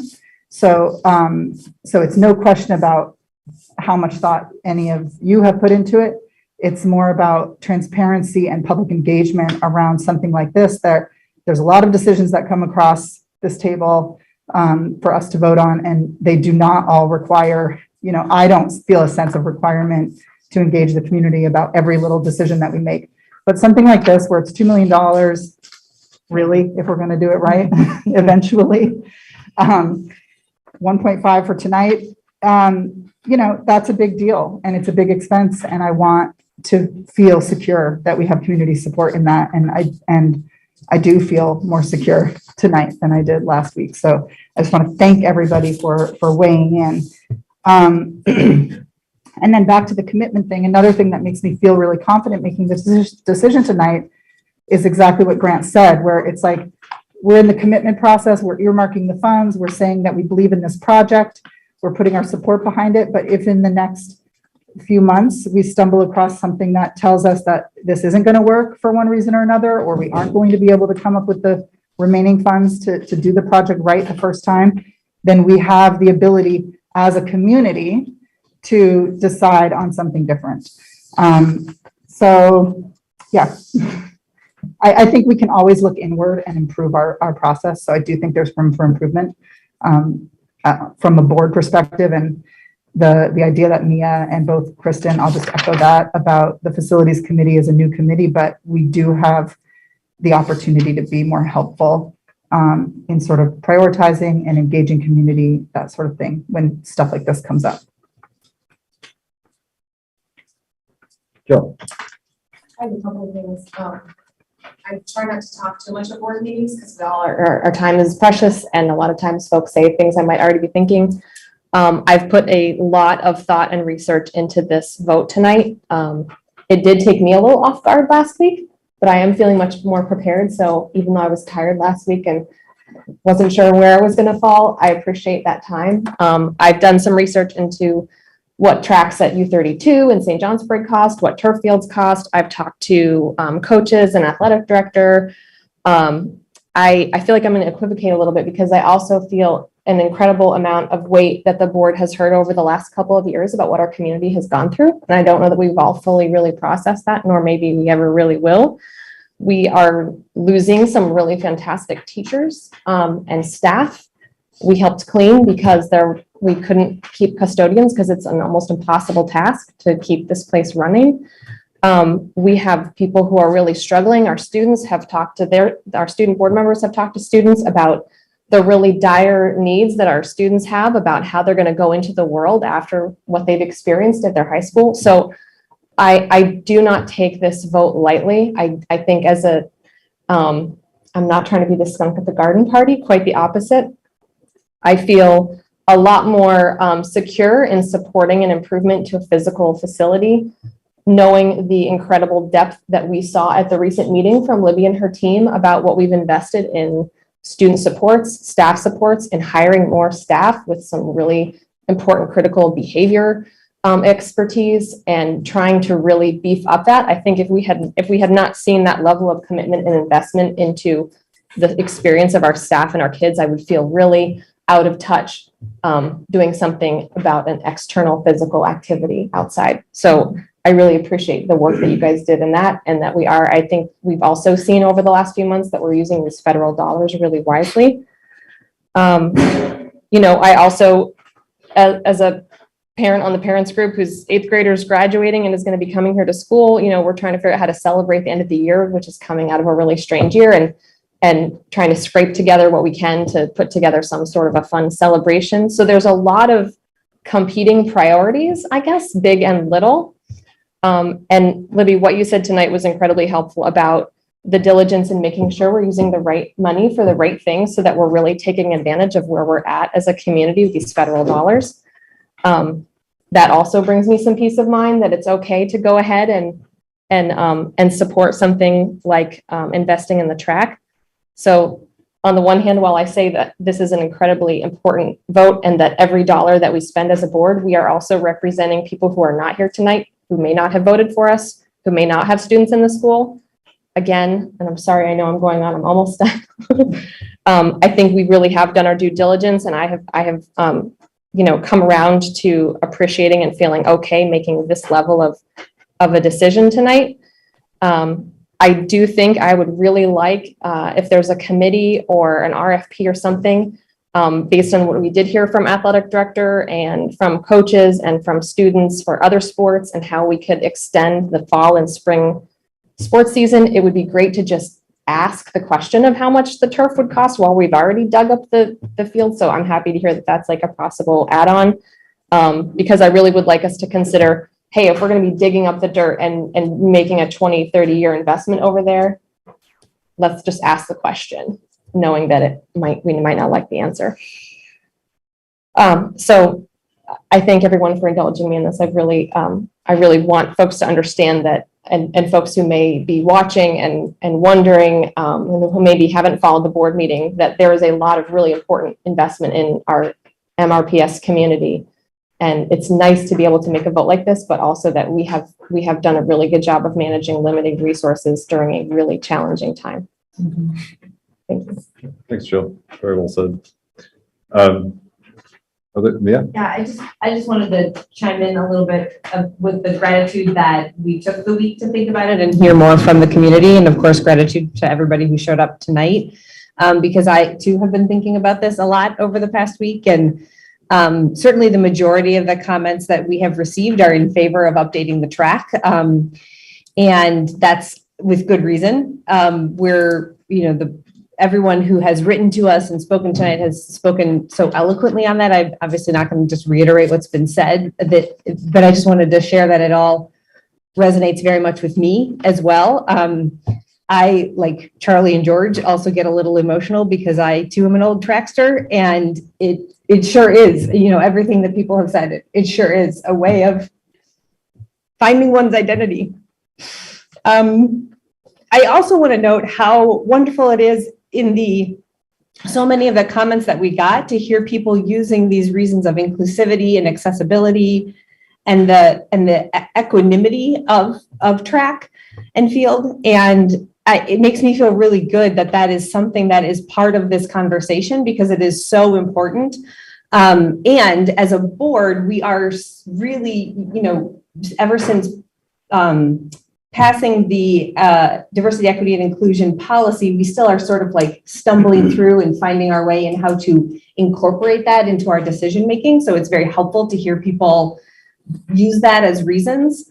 We also know that making decisions through an equity lens sometimes means prioritizing things, making a hard decision, prioritizing things, even when the majority of the public isn't necessarily in favor of that. And that is one of the things that, I took the time to wrestle with as a board member and somebody making a pretty big decision like that. But the comments from our community are really valuable. And it was very helpful to hear from you, Libby, and Andrew and Grant, the different, to put where this falls into that puzzle piece, what puzzle piece this is, because I think that's a way of us figuring out what could we be letting go of, what could the downsides be of this.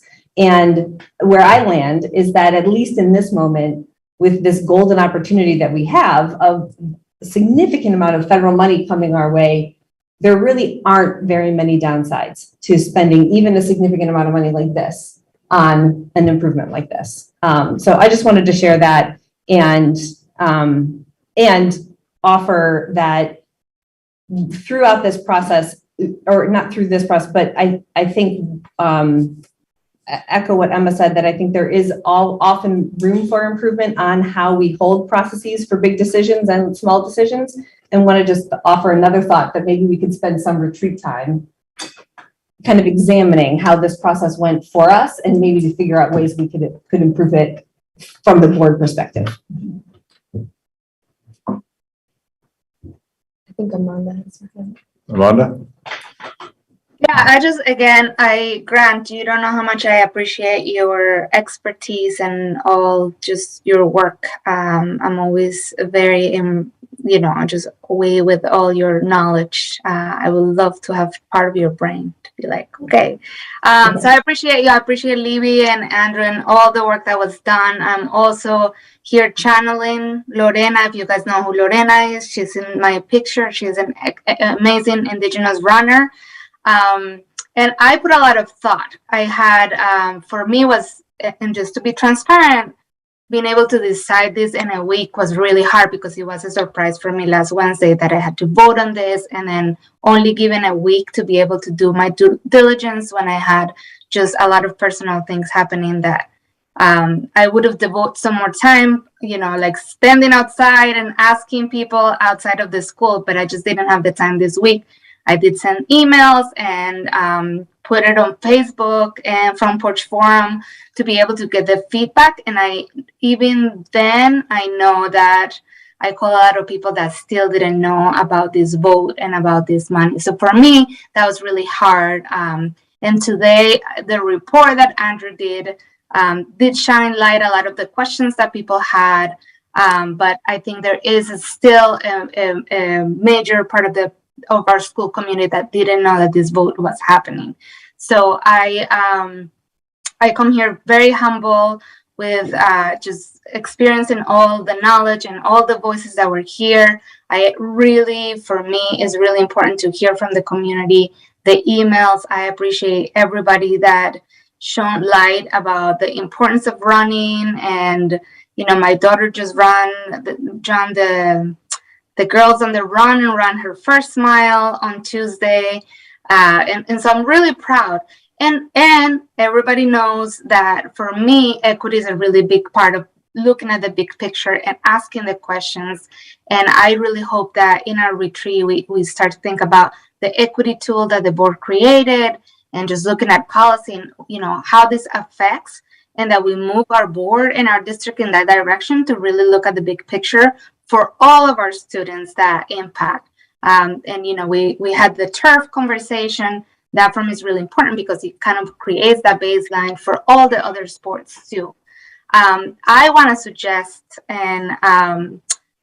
to also, I thought a lot about net zero. I have come a long way in understanding the environmental. I'm not there yet.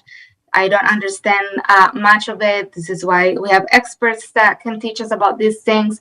I would like to propose that in line of that 1.5 million and just channeling students that came to us last summer too, that we put aside at least $50,000 to do the feasibility study so that we don't have to go in circles for the future as part of that conversation too. And so that we can move forward in thinking long term. I do want to have our kids to have future. So this is all great. Thanks. Can I ask a clarification of what Amanda was just proposing? Amanda, were you saying draw 50,000 from the 1.5 million, or are you saying, Yes. Are you offering an amendment to the motion then? Yes. Okay. Do I have to say it? Teach me the place. I make a motion to amend. No, I made what is it? To amend the original motion? Who made that motion? Was it Emma? Rhett made the motion. Correct. To set aside the 1.5 million, 50,000 for a feasibility study. I did ask a few people. I think. Oh, sorry. I think Rhett needs to amend his own motion. And also I think there's a question of asking whether there's 50,000 elsewhere for that study. Right. Jill, our parliamentary, what do we do? I think Rhett has to amend his own motion. Okay. And I would like to ask if there's $50,000 elsewhere for that. So the math that I'd given to Libby added to 1.6 million as opposed to the 1.5. So I think I'm not sure if the language was what the language was, but it needs to be that we're committing 1.5, like the warning said, or the agenda said. Right.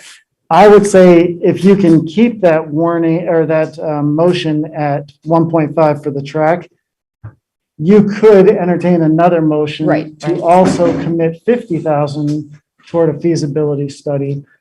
Or, the other thing is there's a list of set asides in the quarterly report that you get. I could just simply add that as we're going to set that aside. So it's nothing you would have to actually vote on. It would just be incorporated with that list of other set asides that we already know about. So either way is fine, but I don't think we need to take away from the 1.5 because we've got more than that available. Right. Yeah. We also don't know we still don't know what we're trying to define yet. So Yeah. I think it'd be good to let's define that. Then we have a sense of what we really need for that. Okay. Do a little research on that. Sounded like Amanda wanted to. Yeah. Yeah, I talked to a few people and from the net zero world in the city, and they say around 30 to 70,000 is the ballpark for what the study will cost. And so that is what I got, 30 to 70. So I just kind of put at 50. 50 was the number of 1%, but 30 to 70 was the other. And so that's what I have. I just also, when doing research to make my decision today, I was kind of going back to just like public comments and got into the net zero presentation by the students where we actually committed to write a policy on this same thing that we just never got to the policy committee. So I plan to bring it back because we did decide that in that meeting, and made a motion that the policy committee will look at a policy around this issue. So. Yep. Well, I think we definitely need to have a net zero conversation among the board and figure that out. And sounds like there's resources to do that. So Amanda, are you good with not amending then this motion? Yeah. Yes, thanks for asking me. Okay. I just want to name this one. It was also just so incredibly moving to hear from, through the age spectrum. We had students, we have people that are here doing like a retrospective of what your experience meant in being part of such a high impact community, that it was really formative is really what I heard for folks. And so as a board member that does represent the community of Roxbury, I do want to think about the work that the board can do in time upcoming around ensuring that Roxbury students can access. The track program got me thinking about all the incredible, after school enrichment opportunities that there are to our students. And so I'm thinking a lot about, how can our Roxbury students access these activities? So I know that, I've talked with Jim a little bit that we do need to do some work around a transportation policy that, when the merger, and I've been looking at the original mergers report, which is great reading for those of you who have not read it yet. It's really pretty foundational. And so in the merger report, it was said that the board would take the time to look at a transportation policy that would enable Roxbury students to reasonably access after-school programs. So I think that's a step that we need to take to ensure that our Roxbury students can also access the incredible experiences that you all are talking about. Roxbury is an incredible little community, and we're also really little, and we don't have a lot of access to a lot of facilities. And I would love to see our students be able to have the experiences that you all are naming. Thank you. Yeah. I would like to suggest we have a vote and let these very patient people go home. Any further discussion? Are we calling the question? Yes. It's like the first time I've ever used that number. All those in favor, Russ proposal to allocate 1.5 million for a track? We need to use the language commit. That's what To the commit. agenda. Thank you for being correct. To commit 1.5 million. For the track. Aye. Aye. Any opposed, any abstentions? Great, thank you. And if you want to wait around for a C14 reading, it's brilliant stuff.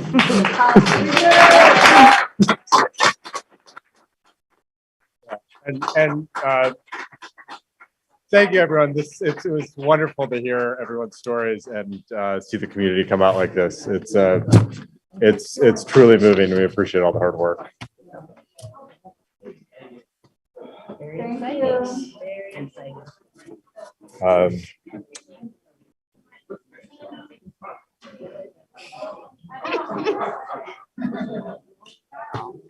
So our fourth reading of C14, any questions or comments on that? We made some small language changes. I can highlight that we fixed the footnotes and the formatting, and that we removed the actual names of the people who are 504 coordinators for each building, because there's just so much fluctuation in who that person is.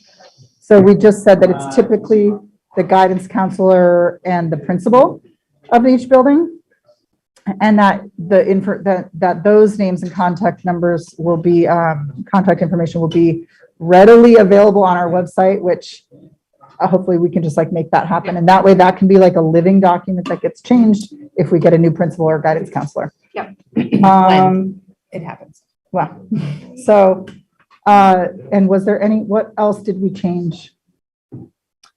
I think that was it. That was it. It was pretty minor, like just sort of formatting stuff mostly. Amanda, anything that we missed in terms of the changes? No. I think that's it. Any questions about that? One other thing is that we are stumbling across new information all the time at the policy committee. It's very exciting, this committee. But one of the things that we realized is that you actually, according to state law, I'm guessing. Statute, yeah. We have the 3 readings, but we need to have a hearing, a policy hearing for each policy that we actually adopt in addition to the 3 readings. Oh, my. Yeah. So, Anna is going to put it on a future agenda and they have to warn that separately. And that's when we actually adopt the policy. So the It could be adoption. during a regular board Right. meeting. It's not. an Oh, a extra board meeting. meeting, not a Yeah. policy committee meeting, a No, board it's meeting. not an Right, extra okay. meeting. Right, but it's just called a Okay. hearing. It's not one of the 3 readings. And then it's sort of warned more Yeah, we've just clearly. been warning it inaccurately. Okay. Yeah. Well, Anna, thanks for getting on top of that, Yeah. Yes, thanks, Anna. keeping Does us that mean that straight. we have a bunch of improperly enacted policies? Mm, Maybe. They maybe were not. warned, but they Yeah. just weren't, Yeah. they weren't blasted with fireworks, so. So yeah. it's happening. May I don't know if I asked this last week, but are all the policies that need to be considered on the website? Yep. There are any additional policies, there aren't any, We don't have any. there isn't a bucket of sort of unfinished policies or anything like that, or I don't know. No, I mean, all the unfinished policies will come to you as part of these for new consideration. I will say, Rhett, that we get, the majority of our policies come to us from the Vermont School Boards Association, the VSBA. So I should look there too. So if you look may be there, additional things there. yeah, like, Just because I would just want to. so they have a model policy manual that's actually very well organized Okay, and thank you. labeled and categorized and numbered and structured, which we're going to be moving towards that. We're going to be moving towards that organization for our own policies, just so that they align with the VSBA. So that if people see a policy on the VSBA that they're hoping that Montpelier has, and then they come to us, it's not with a different number like C14 when it should be A12. So we're going to be aligning more with the VSBA policy page. So you could always look there at like their recommended policies. And I just spent, Emma and I spent a chunk of time separately, putting all in an Excel document that eventually, you can look at it, which has like the mirror of here's the recommended policies from the VSBA, the ones that we have, the ones that we should have, that want to have, so that maybe some of you want to look at it and will say, hey, we should have that policy that, we can take that. So that's a fun little Excel exercise I've been doing, and Emma has also been playing with at different times. So yeah, so that's great. And that we do have a few other policies from community members that might come up. Yeah, no, new policies come up too, just from new requirements of law and things of that nature. So we're not voting on this policy tonight. No. Because we need to just have a hearing. Yeah. Okay. Yep. Okay. Yeah, and we also had, there's something faulty with our 3rd reading, wasn't there? Didn't we post the wrong thing? It was, right, that's why we Yeah. had a 4th. There was Yeah. just formatting issues with that. Yeah. That we fixed. That next time we'll vote. All right, any further questions or comments on the C14 policy? Motion to adjourn? I move to adjourn. Second?